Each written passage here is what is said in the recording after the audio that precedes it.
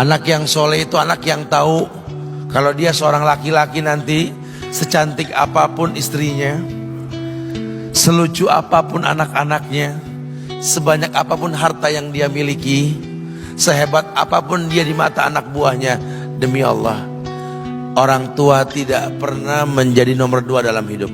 Ini banyak orang yang suka salah ini. Cuma gara-gara dunia, orang tua panjang mata menanti kedatangan anak. Jangan ya, jangan.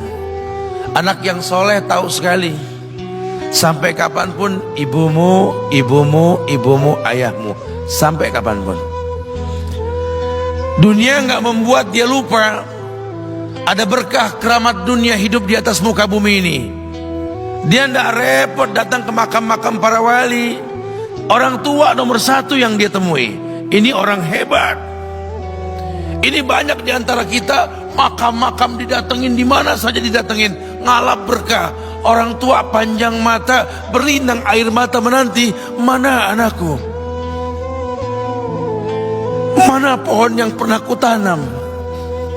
Mana pohon yang pernah kurawat? Kudengar dia sudah mulai berbuah, ingin kurasakan buahnya.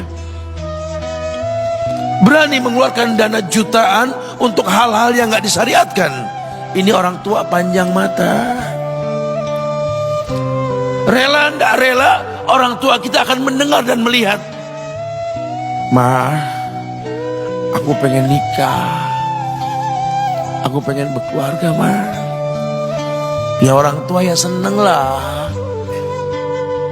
Cuma kalau inget metik buahnya belum terasa, ya ada perasaan kayak gimana gitu loh. Karena dia tahu setelah ini dia akan menikah. Bahwa anak orang ada kehidupan yang berbeda yang bakal dia rasa. Orang tua makin hari makin rentan, bukan makin seger. Yang perempuan dibawa orang, ya Allah.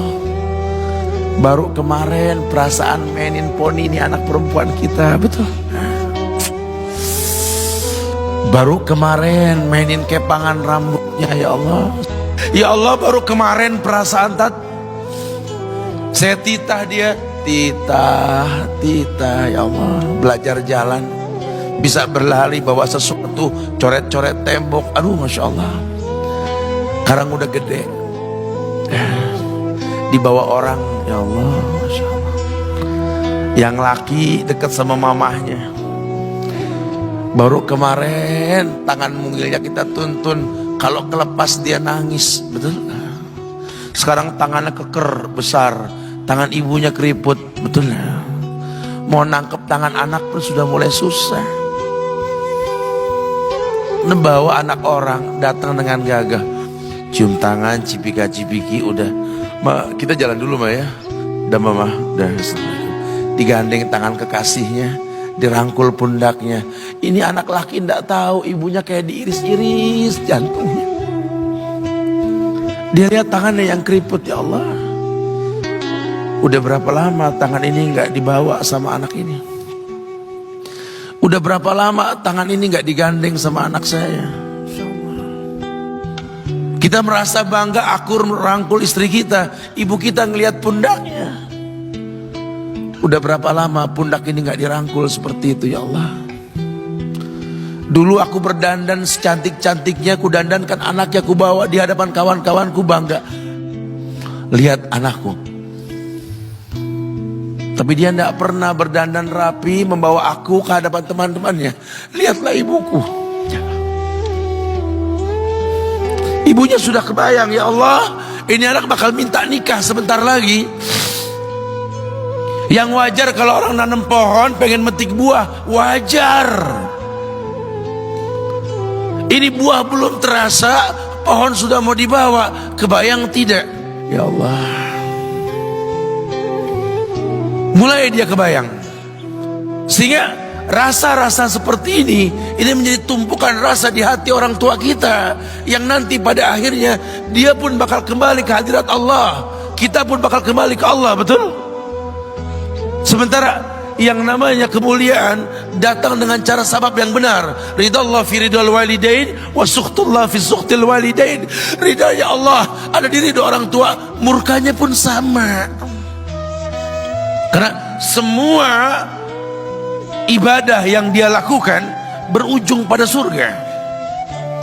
Dan yang paling gampang ketika dia mau menaklukkan dunia, demi Allah, berkah orang tua dulu yang dia ambil.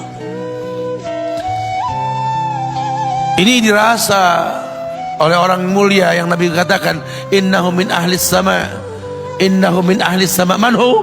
Siapa dia?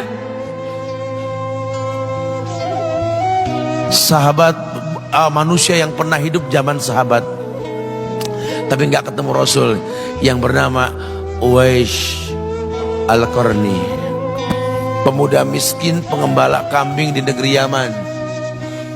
Padang tandus yang dia tinggal di situ, yang dia kesampingkan hidupnya untuk ibunya, untuk ibunya. Tidaklah terucap kalimat satu yang ingin ibunya pengen, kecuali Uwais pasti akan melakukannya apapun, dan ibunya cacat. Apa kata Uwais? Tidak akan pernah terlontar kata dari mulut ibuku kecuali kan kulakukan yang dia inginkan. Masya Allah. Ibunya cacat dan dia menomorduakan diri, yang penting orang tuanya dulu. Hingga satu waktu ibunya berkata, wahai Uwais, ibu sudah tua. Andai kematian mendatangi ibu,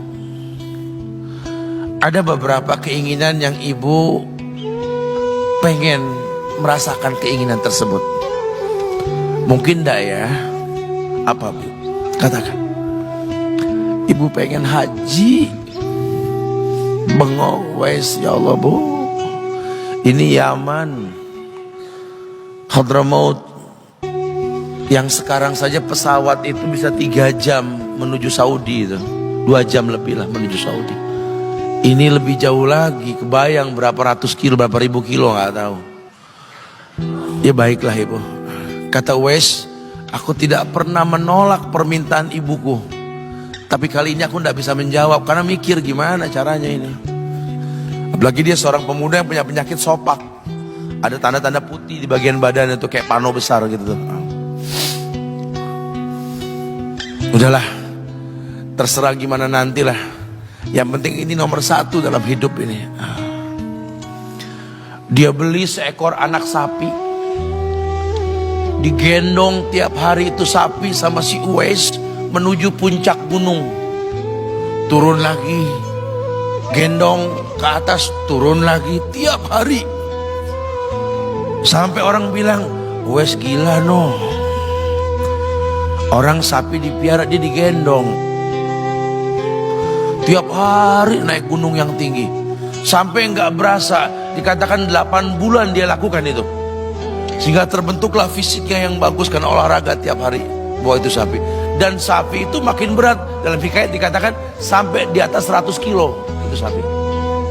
Kemudian dia tetap gendong ke atas dan dia yakin, bismillah saya yakin, sampailah bulan haji. Ibu naik ke pundakku, digendong ibunya dari negeri Yaman. Subhanallah, gak ada yang gak mungkin. Lihat, dibawa ibunya ke Mekah, bertawaf di Ka'bah, dunia menyaksikan. Bahkan hikayat mengatakan dia sempat bertanya kepada sahabat Abdullah bin Umar,